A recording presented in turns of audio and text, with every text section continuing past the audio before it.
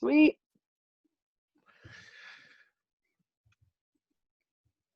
Do that. Awesome. All the things. All the things. So you were in what part of the world? Fiji? Or where? Are I you? live in where do I live? Yeah. Los Osos, California, outside of San Luis Obispo, about 2 hours north of Santa Barbara, halfway between LA and San Francisco You on the just did the beach. whole thing. You just did the I was whole. like, You I was like, drove I'll just keep backing out. I'll just keep backing out. to explain to people. I've been to San Luis Obispo. I've been to Slow. Yeah. Yeah. Good. They've got It's awesome. some races out there. Some adventure races. They've got some triathlon, some run races, some ultras. Yeah. We got a nice little thriving ultra racing community. So where did you grow up? I lived here from age 10 to 15 and then moved to San Jose for a couple years, went down to San Diego for college, and then I moved to Denver, and I was in Denver for 15 years. And about 4 years ago, we decided to move back to this little town I always loved when I was younger. And What were you doing in the world? Like, what were you doing? And were you participating in athletics way back then? I started athletics after the birth of my daughter in 2005. So before that, I was an actuary. I got a degree in mathematics, master's degree in mathematics, and was, Because consulting for, everybody wants to party with the actuaries. they are hard partiers. No, nobody parties with the actuaries. I felt a little out of place in that field, but I was trying, A for effort. And when I had my daughter, Usually numbers people aren't people. You seem like a yeah, people person. totally. Yeah, it wasn't a great fit, to be totally honest. I'd probably be best teaching like middle school algebra because that's about my, emotional level and kind of vibe level. It's like Right. that middle school crowd I'm really, really good with. Right. Yeah. So yeah, I ended up in Denver for 15 years. And after I had my daughter, I didn't want to go back to work. I mean, who does? But then I also didn't really want to be like full-time mom all that. Like I kind of lost myself there. So that was how I found the sport of triathlon. And once I found triathlon, oh, I was just like, I was in hook, line, and sinker and just went for it.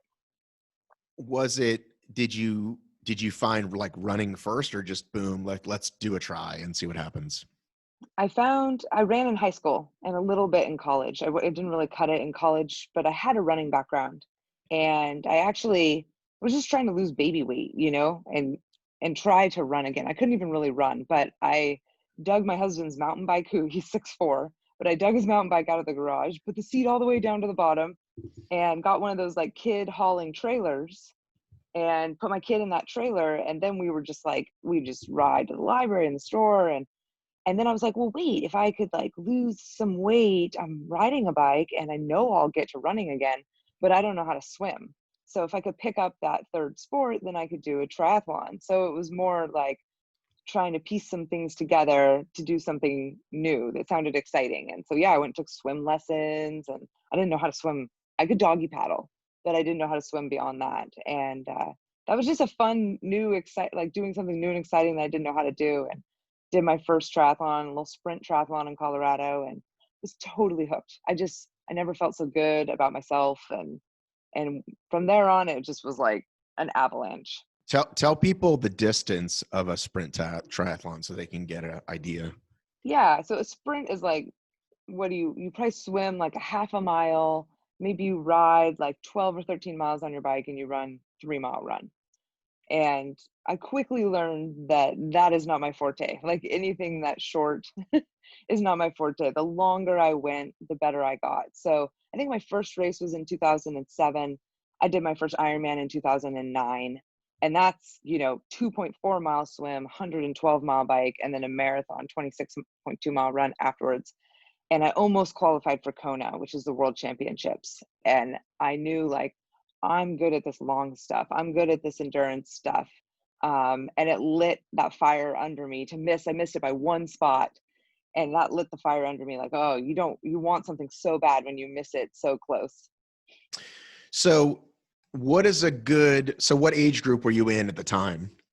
I think at the time, my first Ironman, think I was 25 to 29. And then I went through like a lot of Ironmans in the 30 to 34 age group, and then kind of got to the very pinnacle of the age group sport in my like 35 to 39 age group. So what's like, what time do we need to get to Kona at that age group? Yeah, that age group, it depends on the course, right? Some harder courses than others. But my PR is 9:35, and I started really needing to break 10 hours to get there. In my age group, you pretty much have to win your age group unless you're at a really big Ironman, like Ironman Arizona, that might have 2 slots in my age group. But yeah, when I was really at the top, I was racing under 10 hours pretty consistently, and going under 10 at Kona. I raced Kona 6 times trying to win my age group at Kona. So there's always this pressure of like, you have to win your age group to get to Kona. Then you're trying to win your age group at Kona. You don't do that. So then you got to go win your age group at another Ironman to try to get back to Kona, to try to win your age group at Kona. And Right. I did that dance for about 5 years. And what was your best finish in Kona? Second. How did you feel about that? I felt like it was first. I mean, I had such a great day out there, and when I set the goal to win, I didn't really understand how much that would take. And so it took 5 years to really understand the goal, and just what nearly not impossible, but just what a big ask I was, asking of myself. Hey, take the sport that's really popular right now and then go make yourself like the best athlete in this age bracket in the world. And there's a lot of people doing the sport. So yeah, when I got second, I remember looking up at Amy Farrell won that year. And I remember thinking my Umiki bowl is a little bit smaller and I'm 4 inches lower on the podium. And that's good enough, yo. Yeah. Like, it feels great. So at that point, I kind of felt like that goal was satisfied for the most You're like, part. all right, I can check this one off. I can check this one off. And I woke up the next morning and I realized, like, I literally looked over at that bowl sitting on my nightstand in my Airbnb, and I was like, dang, that bowl is empty. Like, it doesn't come full. Like, you don't feel any better the next day. You don't feel like fulfilled. You're still the same girl that next day. And so that was really when I realized, oh, I'm not going to get anything more by training another X number of years and throwing myself on the Kona start line just to get that win. Like, that won't satisfy anything more than this satisfied for me. Well, we always hear that. We always hear it's the journey, not the destination. Yeah. And we never realize it until it's over. Like, oh, okay, that was sort of the whole point all along. Yep. So it's one of those lessons that it feels like we just end up relearning a bunch. Like, whatever the thing is, like, when I get this thing, I'm going to be satisfied. When I get this person, exactly, money, thing, I will certainly, and then feel better. Right. Yeah. And it doesn't work that way, in my experience. And so I think, being able to climb to kind of the top of the sport and actually get there or feel a sense of arrival, and then feel that loop of like, oh, that wasn't really about the arriving, was a great lesson. There's a lot of people who, like, they don't ever quite get up there, and so they always just think it's the next thing, it's the next thing.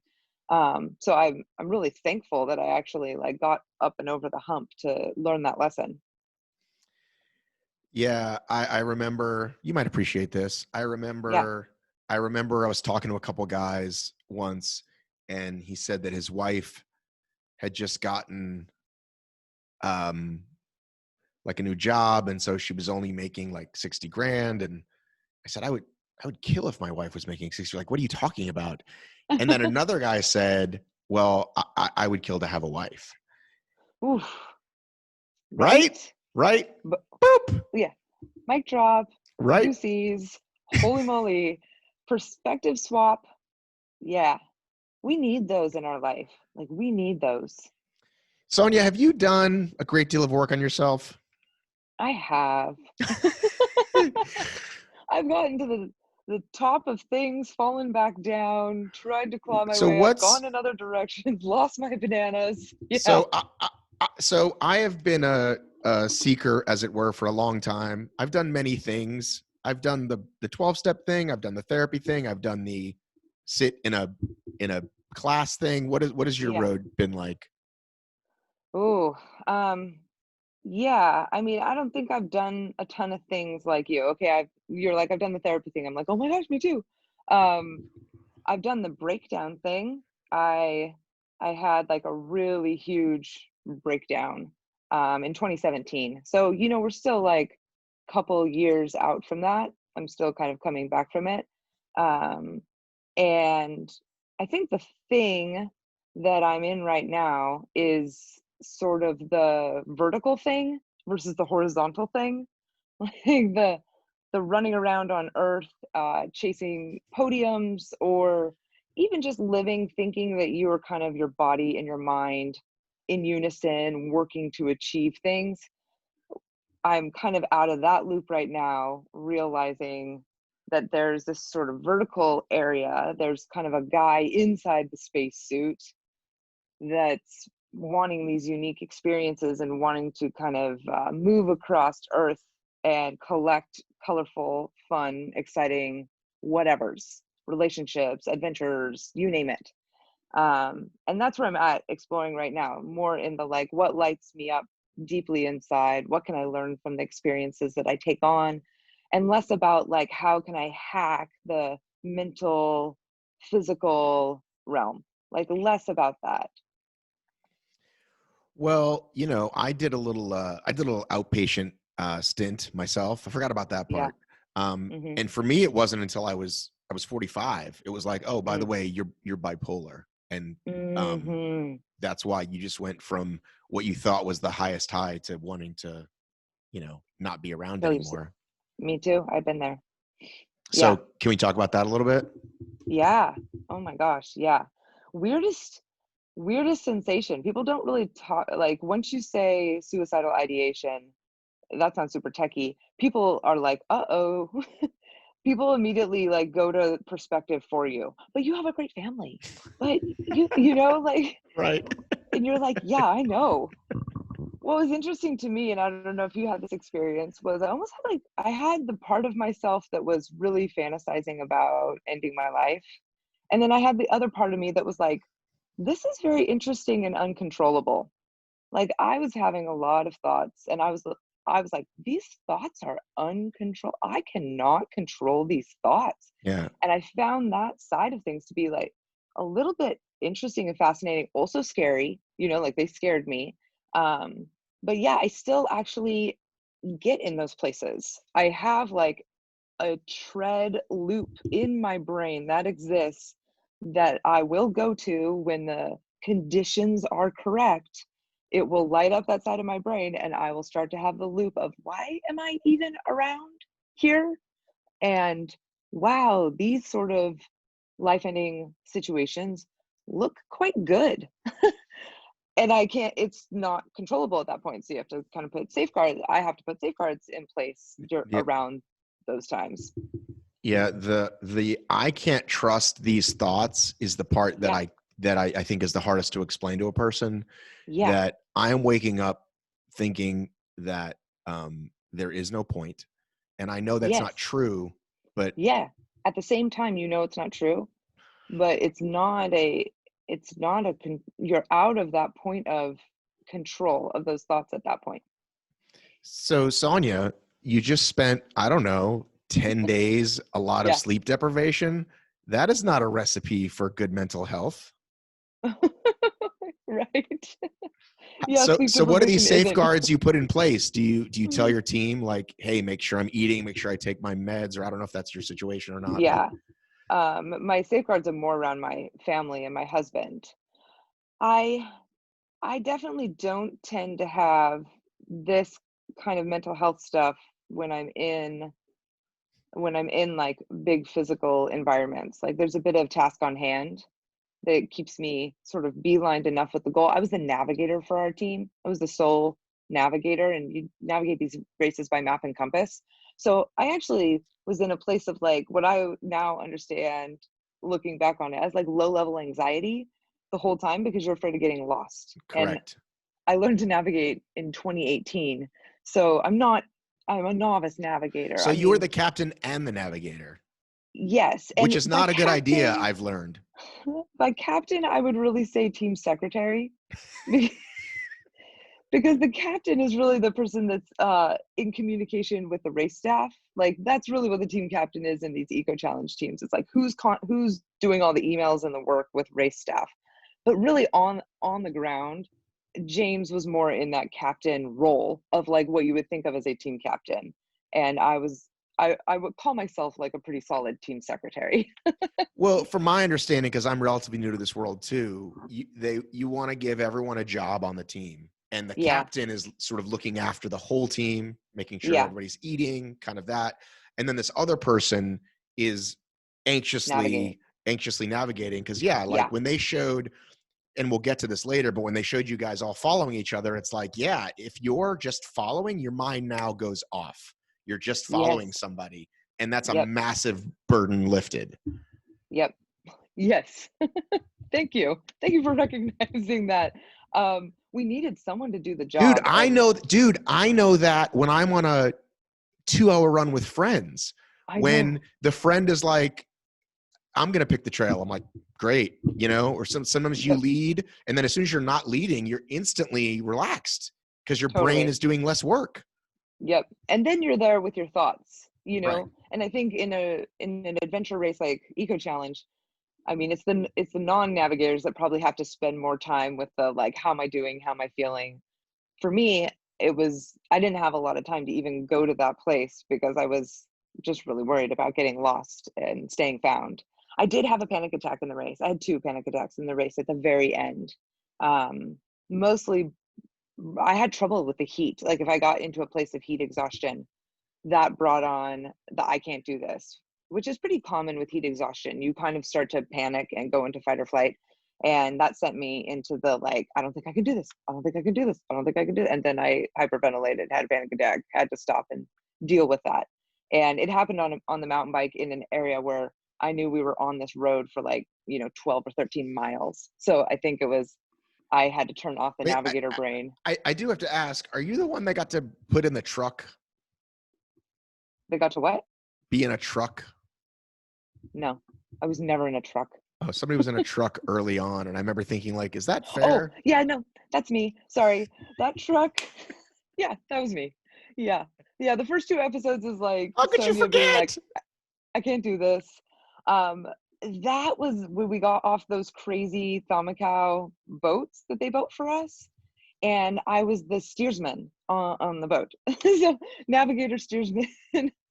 So I was the steersman and had trained extensively after we got into the race in outrigger canoeing. Someone's got to steer that boat, and it's a really big task. And so what happens is my paddle, my blade, pretty much always has to be in the water, or our boat is like. "Urgh." So even when the boys are taking a break and eating and drinking, that's when they aren't paddling, and our boat is going crazy, and I'm continuously steering to try to paddling and steering to keep the boat in line so that when they're ready to go again, I don't have to like spend time getting our boat back in the right direction. Um, and then when they're going, I'm steering to make sure we don't go wonky. Right. And what happened was we paddled for 21 hours in the first 28 hours of the race. So it was 21 hours of paddling, 21 hours of steering, not a lot of breaks for me to eat and drink and take care of myself. And it's just adrenaline. And I don't know where I'm navigating at the same time in that steersman's role. So it's like paddle in one hand, compass in the other, map on my lap, not a lot of time to really like, and I'm in the back of the boat, so no one's seeing that I'm not eating or drinking enough. So when we turned in the boats, and there's a scene where James is diving for the medallion, and I'm like one step closer to getting off of this boat because it was just overwhelming to have that many jobs and roles, and my own health took a back seat because I didn't know that I was getting behind until I pulled in, got a new set of maps. So now I got to like figure out where we're going with this new set of maps. It's super hot. I'm just really depleted and dehydrated. And I just saw the med tent as a place for shade. So when I had my little like, this was really hard as I got off the boat, a little bit of a cry. Aaron gave me the pat on the back. I got my maps. I got back into like, hey, better go into Mapland. couldn't read the maps, went looking for shade. And that's when the medical director's like, hey, can I take your, your blood pressure? And then she's like, oh man, hey, we're in trouble. Like you've got some heat stroke. I'd really like to cool you down. And I was like, no, I don't want to be disqualified. In the races we do, medical attention is like, Right. that might be bad. So I had this like, no, I'm fine. Oh, I'll get out of the med tent. She's like, no, it's not. We're here to keep you on the course. We're here to like make sure you can keep going. I was like, okay. She's like, I'd like to put you in the front of the ambulance and just put the AC on you and just get you fluids, let you spend 10 minutes like getting the AC on your face. And then the minute I said, okay, that's fine. Get in there. And then it's like camera right on me. And I see him interviewing James and I see him interviewing the medical director. And I'm like, oh no. You thought they were DQing you? No, I thought my team is just going to be like, Sonja, seriously? Like, oh, you thought they were going to judge you? Just like, come on, girl. Like, don't have a meltdown, like right. James said something in there, like when Sonja gets down, it takes the whole team down. And so I felt the pressure of that. And, just another one of those, like, there were points in the race where it was too much like on my shoulders. And we're a team of 4 Ironman athletes who are used to competing at an individual level, who've never done one of these races together. We are trying our best, but at our core, we're 4 individual athletes. So we're not used to carrying a bike, carrying a pack, filling up someone's water bladder for them, gauging how another person is doing. And we all learned a lot about doing that, but that was day 2, Well, if you could clarify for the audience, because this was a big question that I had. So in our world, my world is obstacle racing. That's my day to day. In obstacle racing, there are races where other racers can help you. There are races where other racers can't help you. There are races where if you get any aid, if the medical person gives you a Band-Aid, you're out, right? In the longer races, you can go into a med tent, but if we give you an IV, you're out. So I'm really curious, what's the Ironman rules and what did they tell you for this one? Yeah, the Ironman rules are if you go in the med tent, you're done. Like, yeah. Can they hand you a Band-Aid on course? I think they can. I've never asked for one or dealt with one. Yes, actually, I've seen people who like crashed their bike and went to medical at T2, got like wrapped up, patched up, and back out there on the course. So yes, they can. Definitely no IV, no.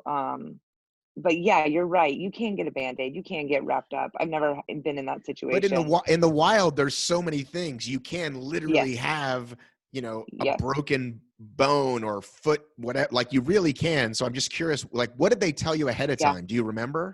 They didn't tell us anything ahead of time in terms of what the rules were around that. So we kind of had to find out on the fly.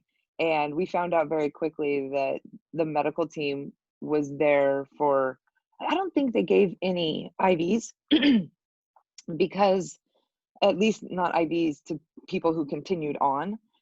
They were all from England. And so they were a bit of like, good on ya, get back out there. They had not like American doctors like we're used to seeing in the medical tents where they're like, we're a highly litigious society. So they had a little bit more of the like, let's fix you up and get you out. Right. In America, it's always, we suggest you go to the hospital because they have to say that in case you get sued. Right. Yeah. And the care was so good. I don't think anyone made it through the race without visiting the medical tent.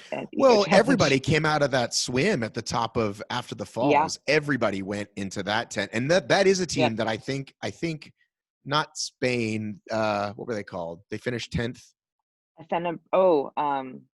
Summit, maybe? 10th. Oh, yeah, Summit with Emma Roca. Yeah. Yeah, I think that guy, he was the guy that was like, where are you? Or what year is it? And he's like, Eco Challenge, like that guy. No, that guy was Athena, Brazil. And that's right. They were out. There. They were out. Their guy was the one they wrapped in all those blankets and he slept and he was like, his head was covered in the blanket. And then he came back through, like he came back alive. Right. Yeah. And that medical tent it wasn't even a medical tent. It was just a tent that we all aid station tent that basically was a medical tent because everyone that got there needed some sort of attention. It seemed like, and they wouldn't let our TAC, our assistant crew member, leave the previous camp until we had cleared that checkpoint, and that checkpoint was about 24 hours. So usually the tax, when we roll out of a camp, they pack up all their stuff and they go get to the next camp. How do they get to the next one? They have a truck. Every Okay. one of our tax had a truck. So they're responsible themselves. They get maps from the race and they camp hop. So they, of course, want to get out of camp the minute you roll out because you're not coming back.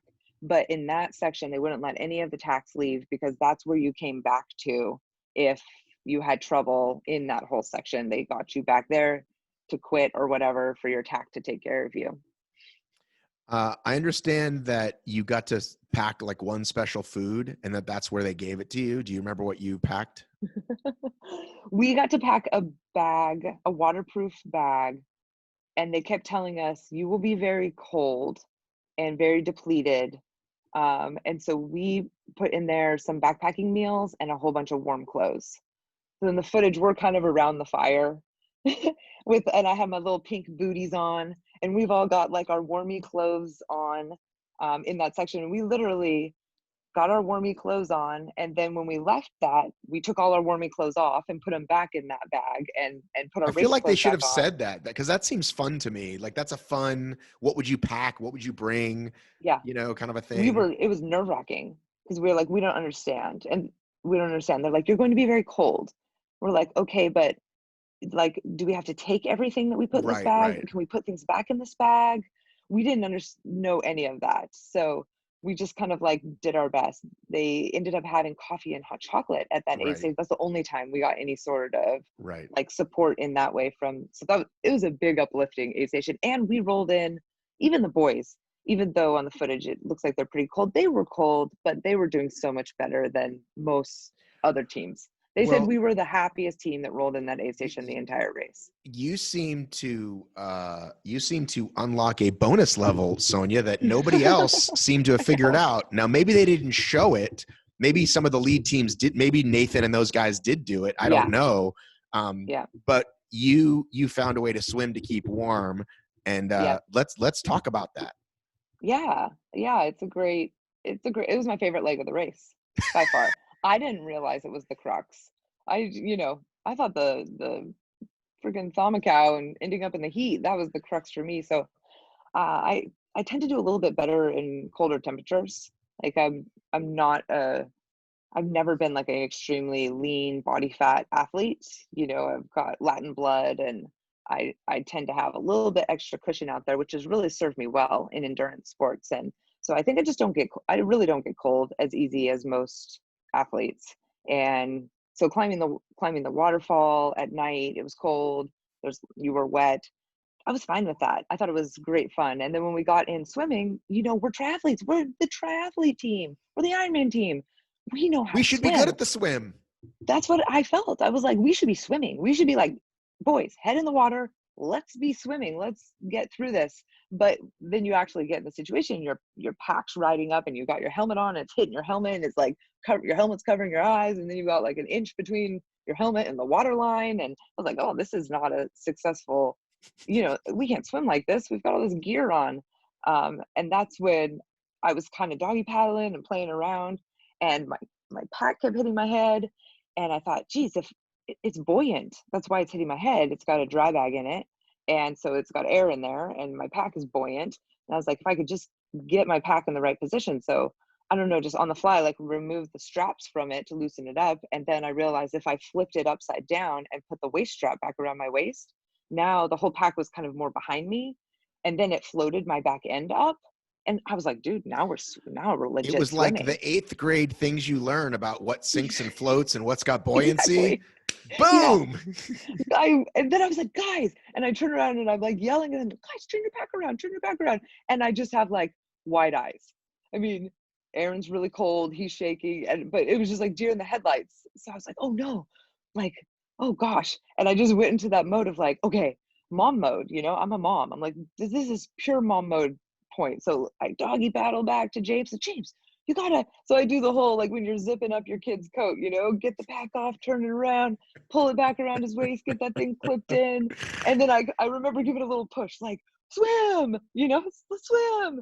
Yeah, it was a funny moment. I had plenty of down moments where the guys helped me out and did totally equal things, but my moment made the coverage. Yeah, well, that one when they at the end, as the camera sort of fades away and they show you like doing strokes, you're like the only one who did that. It's like, oh my God, Yeah, she's actually swimming. She's not just dog paddling. So let's talk about the Iron Cowboy. Many people have probably seen the documentary. If you haven't, you can yeah, watch it. It's called Iron Cowboy. I don't know what yeah. it's. I don't know what it's streaming on, but it's been out for a few years. You can see it. I think his site now. It was on Netflix for a while, and I think Right. it's back just on his site. So we figured out a way to do 50 triathlons, 50 states, 50 days, and of course the 50 adventure. Ironmans. Sorry, 50 Ironmans, 50 Oh. states, 50 days. Go watch it; it's good. So tell us about your relationship with him beforehand and how this team got brought together. Yeah, brought together. Before James did the 50-50-50, he broke the Guinness World Record for the most Ironman, like official Ironman races, like actual races put on by Ironman, or Ironman distance races put on by companies in a year. And I think he did 31 Ironman races in a year. So that meant sometimes he had two on a weekend because they're only on the weekends. And sometimes he'd have to fly from South Africa to Europe to the US 1 week at a time. So he's bouncing all over the world so that he can be on the start line of these Ironmans. And I coached him. He reached out to me. I was a coach at the time and asked if I would take him on as an athlete during that time. And so, for the first bit of it, I coached him. And you quickly realize, like, James didn't really need coaching because it's like recover all week, go do an Ironman or two on the weekend, recover. Um, that's the loop, dude. That's the loop. And yeah, so he did that. And after we stopped our coaching relationships, we always just stayed friends. We were buddies, just had a good connection. And when he did that, that was great. He went and did the 50. I came out for the Colorado day, did the 50, did that day with him, and just rekindled that, like, oh yeah, we're buddies. And you see James on Ironman courses all over. So whenever I was out coaching or racing, it seemed like James was always there. And so we'd run into each other and hug it out and whatnot. But hadn't talked to him much for a while. And then when I had my breakdown, when I was coming out of my breakdown, I really only let kind of one relationship back in at a time so that I could manage those inputs. And James had reached out during my breakdown and just had some really positive comments like, hey, I'm thinking about you, I love you, hope you're well. And he felt like somebody safe to bring back into my circle. And so I did. So he was one of the people in my circle after the breakdown. And then when I saw this race and it said, this is the race that eats Iron Man for breakfast, I mean, immediately I was like, I got to call James and see, he's got enough status that maybe Mark Burnett will like see Ah, that and accept I knew we kind of needed a hook because I hadn't done any adventure racing. Why are they going to let me into a race? But I thought, okay, if I could get James and we can get his wingmen, some other Ironman athletes. I think we had like 125 or 26 or 27 Ironmans between us all. I thought that's kind of a good line. They might bite on and let us try to do this crazy thing. I also knew James could probably do it. Even if he didn't know how to do 90% of the sports, I knew he knew how to do expeditions because that's what the 50 was. It was like this massive expedition. right. Yeah, so it was kind of a no-brainer who I would call to ask. So when you sat down the day before, right? You're at the whatever hotel, like the last Yeah, night before. Was it okay, yeah, guys? Let's show them who we are and we're going to compete, or it's let's just survive this one and see how it goes. Like, what was the conversation? yeah. First off, the 5 days before, for us being novices, I handled it the worst of everybody, I will admit. So much anxiety producing. I mean, it's an expedition. You've got like 1,000 pounds of gear and a ton of food, and you're packing a truck with stuff like hanging off the end. So we had been in a pretty stressy place up to that point. And then you turn in all your cell phones because you can't have any electronics on the Right. course. Nobody can, not even your tack. So I remember this moment where we all sent our last text messages to our loved ones and posted those last Instagram, messages, and turned in our phones. And that was the point when we all breathed this big sigh of relief. Like, for us, the race had started. at that point. We were still 2 days away from it because the next day we drove out to the starting area. And we sat down and we always knew we were there to finish. Like we were like, we don't even belong in this race. If we can finish, that's going to be great for us. And James did a really great job managing that throughout the race. Because there were times Sean and I, we are competitors, and Sean and I have always been chasing like the pointy end of the sport. And James has done a lot of stuff around completing and finishing these things. So James was always, we'd want to run. We'd be like, we could run right now. James was like, we are not running a single step of this race, you guys. And we're like, oh, we could run. He's like, no, we are finishing this race. Why would we run? Why would we save 11 minutes on a 4-hour leg because we decided to jog for 3 miles? Like, Right. he always had that, keep the finish protected. So we did not compete to that level because we were too inexperienced. And Like, but we I were can digging ourselves imagine, out. that would be tough, just for the perspective of, we all start any race like way too fast, and you have to get in your mind that it's okay. You don't have to win the first mile. So you're like, come on, let's right. Yes. And that's just, I learned that in me, that is a thing in me. That's the thing in me. And James has that thing under control. So thank goodness he was kind of the voice of reason with us, and kind of just toned us down whenever we got into that place. And the boys laugh. They're very, very funny. So we spent the majority of the race joking and laughing through the hardships. All right. I want to ask you, you guys definitely have the hair buff on point. I want to talk about that. Right? Oh, we got really lucky. Do you know the brand Junk headbands? Yes, I've heard of them. Is that who supplied you? Yes, they sent each of us a pack of 10, and they were all American flag, like all the American flag iterations that they have. One of them had like a huge eagle with like aviators on it. And yes, we got those right. James handed them to us maybe the day before the race started. So it was like Christmas. And every time we would get into camp, we were always like digging through our boxes to find a new fresh and fruity headband that we could throw on. And they handled the jungle really well. Sweaty, hot, muggy jungle. Yeah. Our headband was on point.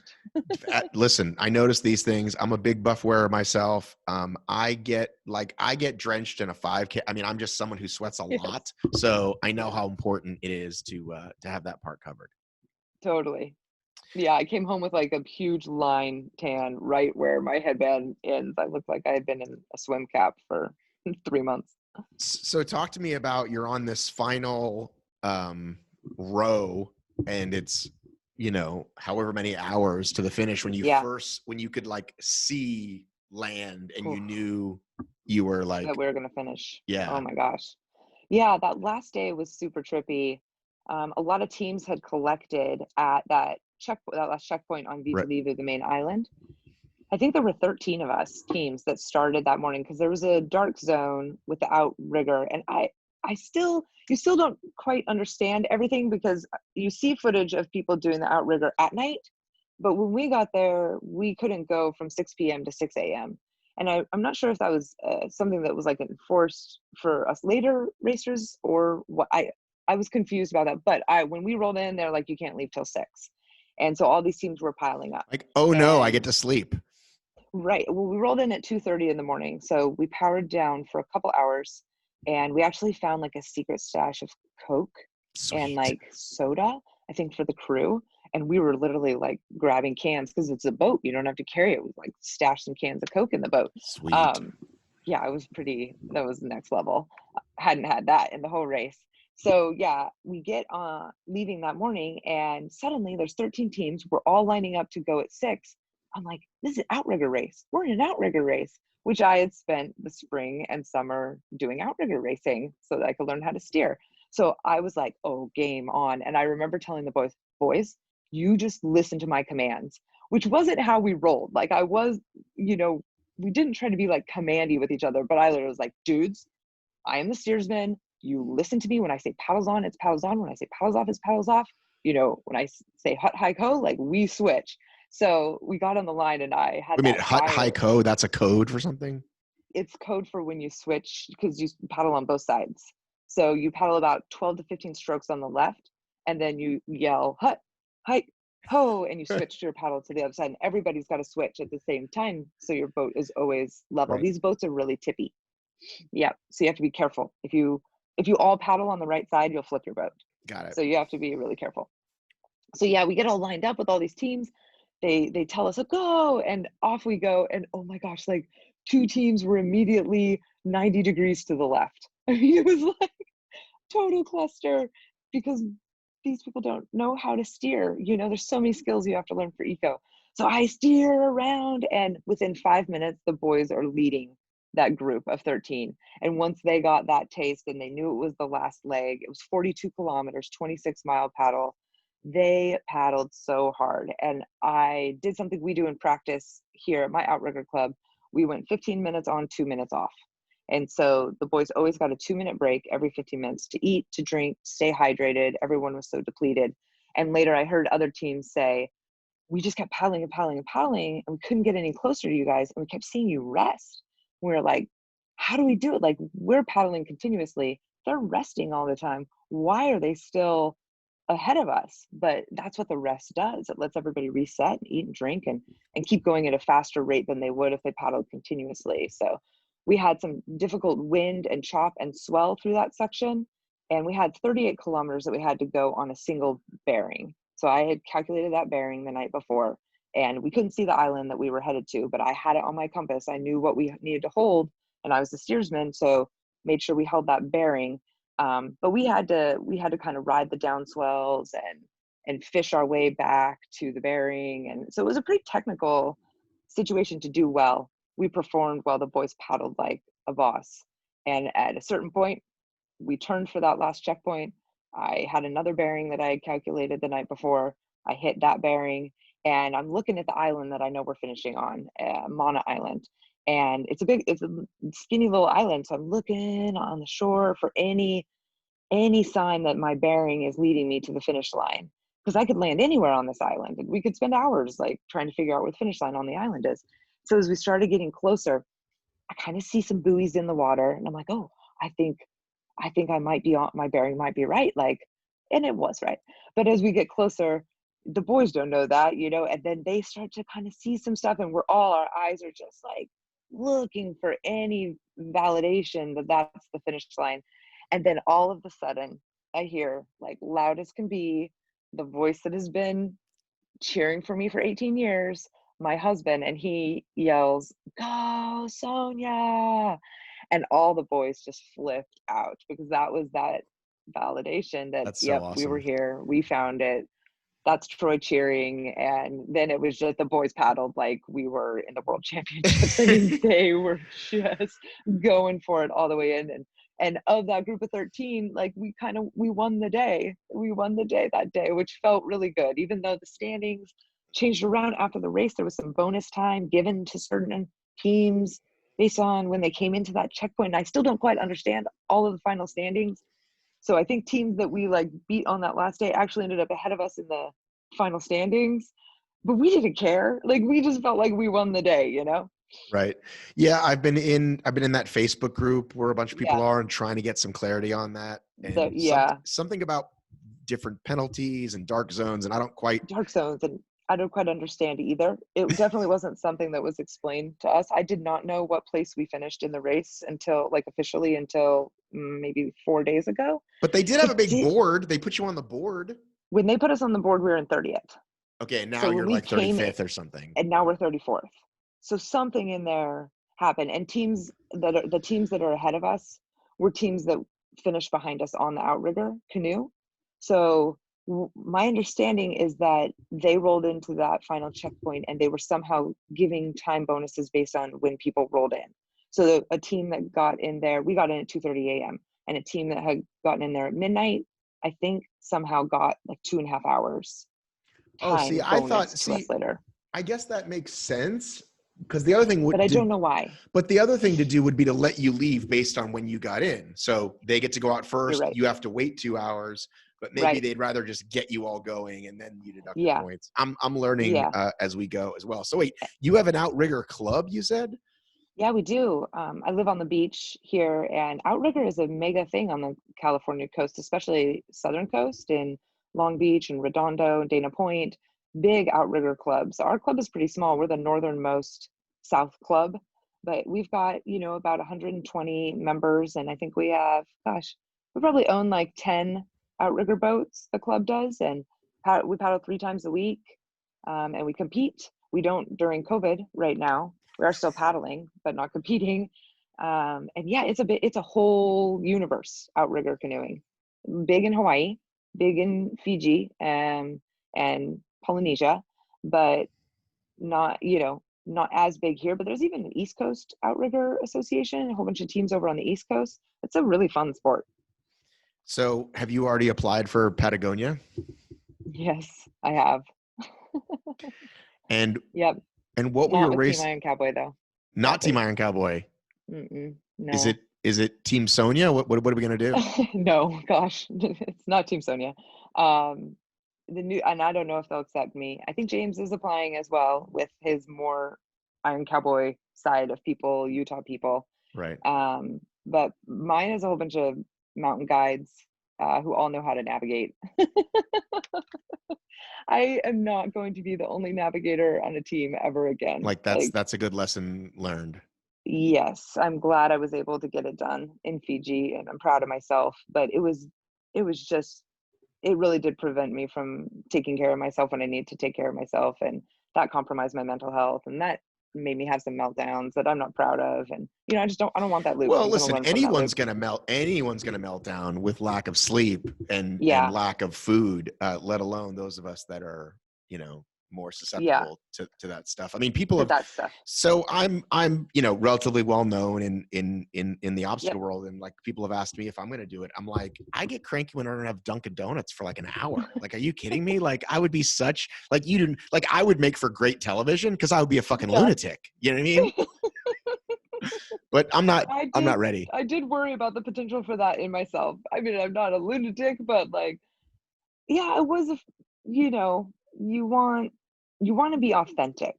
And I wanted to give an authentic vision. And it's not until it aired and I've started seeing the feedback from people that I realized how important it was to have a meltdown on TV.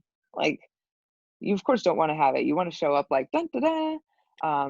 But it's not real. That's not how it went down. It's not who I am. And there are a lot of people out there that identify with what happened to me. And so, in mental health, like one of the big things we're dealing with is just ending the stigma that you've got to kind of show up fine, because it isolates you when you're not fine. Like, you don't feel like you feel super isolated. So I've really enjoyed the feedback that I'm getting from the show, and the people that are reaching out and saying, "Oh my gosh, like seriously, you have panic? I do too. I go through this too."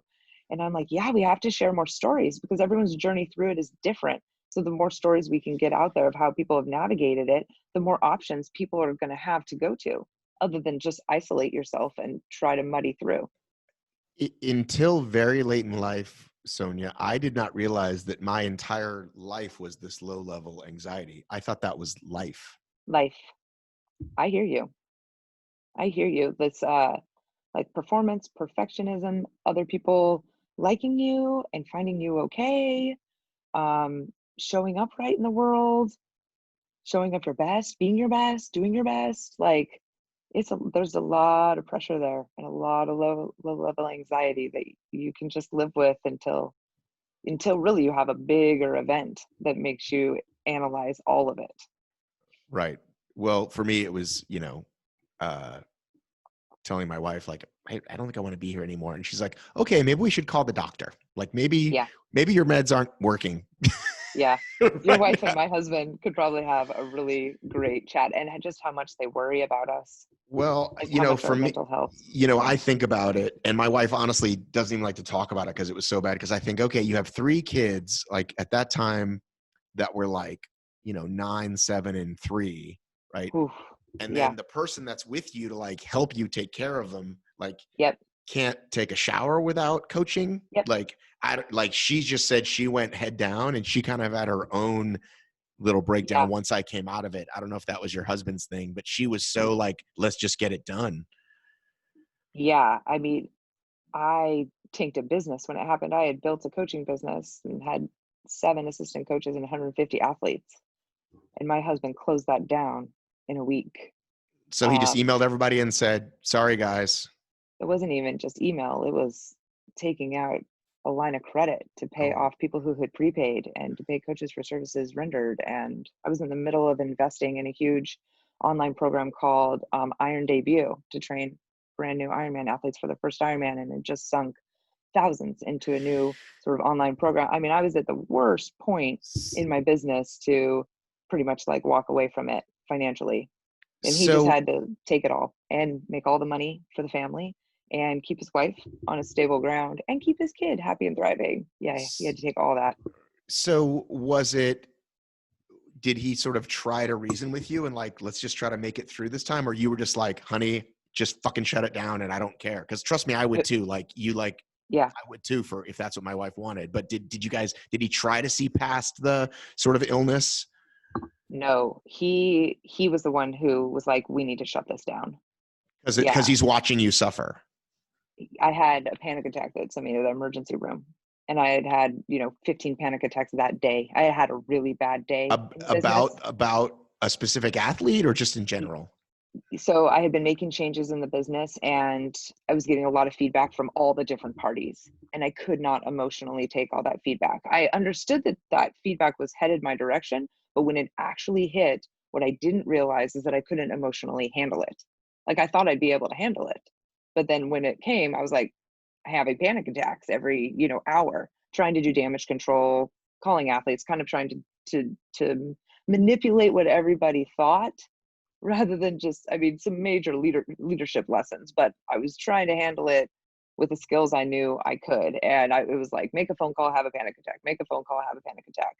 And then the truck was in the shop. So we went to pick up the truck in the auto shop. And when we got there, I'd been on the phone and Troy looked at me and he's like, you need to stop. Like you need to show up more professionally, because I was freaking. And I think just that switch of like, now Troy's telling me I'm not even doing this right, sent me off. And I had a panic attack in the auto body parking lot and I couldn't get it under control. And I had to call the ambulance and go to the ER. I thought I was dying. Someone said to me the other day, panic attacks and heart attacks are really, really similar. Just in one you're dying and the other you're not, but they feel really similar. You think you're dying. And so then I rested for about 18 hours. And when I kind of came to from that, I just was shattered. Like the best way to explain it is I felt like a teapot that got dropped on the ground and it was just like a gajillion pieces. And I didn't have any idea how I was going to put like even 2 of them back together. And he knew it, he saw it, and he just said, I think we need to close this down. And in his head later, he says, I did not know how I could work a full-time job, be the breadwinner, be a father, get you through what was going on, and run your business. Right. Like, he was like, I would have had to run your business. And he's not in my business. It was my baby. Right. So he's like, I think we need to shut this down. And I just looked at him and was like, I'm shattered. Like, I wouldn't even know how to open my computer. And I just nodded.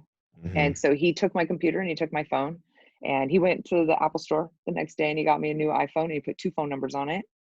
And for 4 months, that's what I had. I didn't look at a computer or my phone or social media or anything. And I got into therapy, a ton of extensive therapy, and I had a ton of depression, major depression through that time. So it was almost like that breakdown was when all the hard parts started. And I had to kind of claw back up from the bottom. But there was a lot more tough stuff to go on from that point on. It wasn't like I closed it and then the stimulus was gone and I got relief and I went and like ran around on the beach for 4 months. Like it was the opposite. And so what came on the other side of it? Like for you, were you training? Were you running? Were you doing anything physical? Yeah. So when I got into therapy and we started unpacking everything, why this happened, what my life looked like, there were quite a few things that, because of sports and trying to win Kona and then transferring from winning Kona to trying to build this huge business, there was a lot of numbing that had been going on dealing with I had some big family issues, and I just was like, no, no, no, no, we're just going to keep achieving. So when all that was gone, everything came, like all the stuff started now coming up. And my therapist recognized that I really use endurance sports to numb and distract myself from feeling my feelings. And so we put a pretty quick moratorium on like 30 to 60 minutes a day, no more, only healthy body movement, like nothing that I can use to numb and distract from my feelings. So that was hard. So I would go for walks or go for a 30-minute run, maybe up to an hour run. And I had a local friend that would run with me in the mornings, and that was kind of my only contact there, so that I could do the work. I had to keep the space open, the uncomfortable space open to do the work. And then how did it sort of get back to what one would call Slowly. Normal? Slowly, totally new normal, rebuilding from the ground up.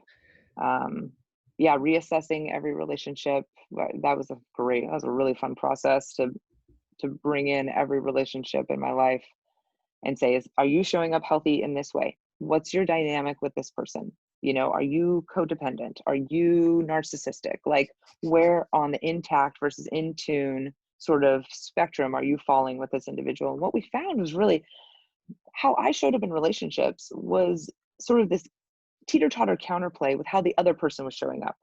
There was no like consistent Sonja. It was like, for people who were really codependent, I was really narcissistic. For people who were really narcissistic, I was really codependent. I would sort of chameleon and ebb and flow in all my relationships, because I was just trying to satisfy whatever move and shake to get that enoughness and you're okay with me. So I would just change who I was. So we had to really identify what's the middle. What does showing up in the middle look like? Being very, good and in tune, good and intact, and riding that middle line. And then what are the relationships where I was able to show up like that more naturally, which meant that person was healthy. And then let's bring some of those back. Let's play with some of those people who are already in a healthy place, because it's going to let you show up in a healthy place easier. And we did that, and it was just one at a time. So the broadening it came out very slowly. And I remember thinking, gosh, probably at least a year later, like, when's the silver lining? Everyone tells you like, this is going to be the greatest thing that happens to you. And I'm like, when does that part happen? Because I still just feel broken a lot of the time. It took a really long time to kind of get to that place, like, where I was like, oh, this is the gift. Oh, my life is so much more stable. Oh, my relationships are so much more authentic and healing. Oh, I'm not beholden to other people's expectations of me. Like, yeah, it took well over a year, if not well over 2 years. Yeah, after my outpatient stint, which was about 6 weeks, which isn't that long, all things considered, about a month later, I went to cover this obstacle race in Barbados. And Bermuda. And Bermuda is amazing. And we got there, and my wife was like, let's go down to the beach. And I was like, no, I'm just gonna stick around here at the thing and work. And I didn't see even, like, because looking back, it's like, why didn't I go to the fucking beach? Like, who would not want to go to the beach? Right. But I was still so sort of scared of the world that I just was like, totally not going there. Nope. And it wasn't until later that I even realized it. To me, that day, it wasn't I'm terrified. It was just, I'm fine. I'm fine right here in my little tiny world on my computer. Yep. In the most gorgeous place in the world. I'm going to stay in here. Right. And Yep. I know the feeling. I mean, there's been a big part. I lived such a big out there open life when I was a triathlete. I mean, sponsored up, tons of athletes. Like, I just was like, all of me was like, here it all is. And then also not healthy enough to be like, oh, your opinion doesn't matter, and your opinion doesn't matter, and your opinion doesn't matter. So I have felt like I have been hiding for 3 years, really. And it wasn't hiding. It's like this very selective being in the world in a very selective way. But because I didn't go back to a lot of relationships, it's felt like, there's a bit of a gap there. And the show has been kind of healing for that. As the show came out and my story came out, it felt like, okay, at least people can watch and kind of know, like, hey, this wasn't about you. Like, she went through a really hard thing, and there were, just a few relationships that I could bring back in a healthy way. And I'm still really in that place. Like, I just don't have a big circle. It's less about hiding now and more about like, oh, this is good. Like, this is good enough.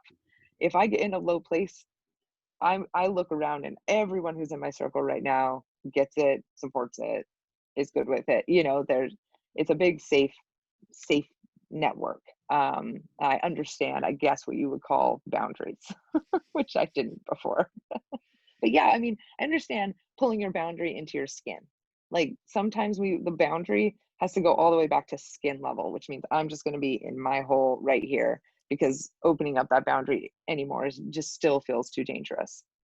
Right. And one of the problems with boundaries is when you start applying those, um, people get really mad. They do. And the old, I'll use a little jargon: when you stop people pleasing, people stop being pleased. And Yes. it's a tough one, because Yep. you don't It's really your have the worst fear. right. Yep. It's your worst fear. Yep. Is that if I set a boundary, then this person will XYZ. And you're right. That's that's the beautiful thing about it, is that thing you're afraid of. Like, yeah, you're right. That's how it's going to go down. So, okay, now what? Right? Do we go down with a ship? Like, do we just pay for that situation? Or do we recognize, like, oh yeah, they are going to do that. I am right. My fears are right. But what is me and what is you? Like, where do I begin and end, and where do you begin and end? What's my stuff? What's your stuff? And you can't do any of that when you're just like, your fence is like straw, like, I'm coming up with a horrible analogy, but when that fence is just not there, you can't really even go to that place, because you're just in the fear chameleon place. So yeah, for me, it has a lot of that, recognizing that boundaries are nothing more. I didn't even know what they were. Boundaries are nothing more than, this is what is okay and what is not okay with me today. That's it. Like, that's it. And tomorrow it might be different. So your fence, like, you don't build your fence with cement. Like, your fence is movable. And tomorrow, and it's a constant conversation. Oh, cool. That's not okay with me today. That's not okay with I like me the in today general. part. I like the today part. That's really good. Today part, because they do change. They change as we get healthier. They change as the other person owns their own side of the boundary. I can move a little bit closer to you if we have a dialogue and that dialogue goes well. I need to move a bit farther from you if we have a dialogue and that dialogue doesn't go well. I need to move my boundary, and because that's, not okay with me. So there's nothing easy about it. It's super deliberate work, and you have to fight the fear.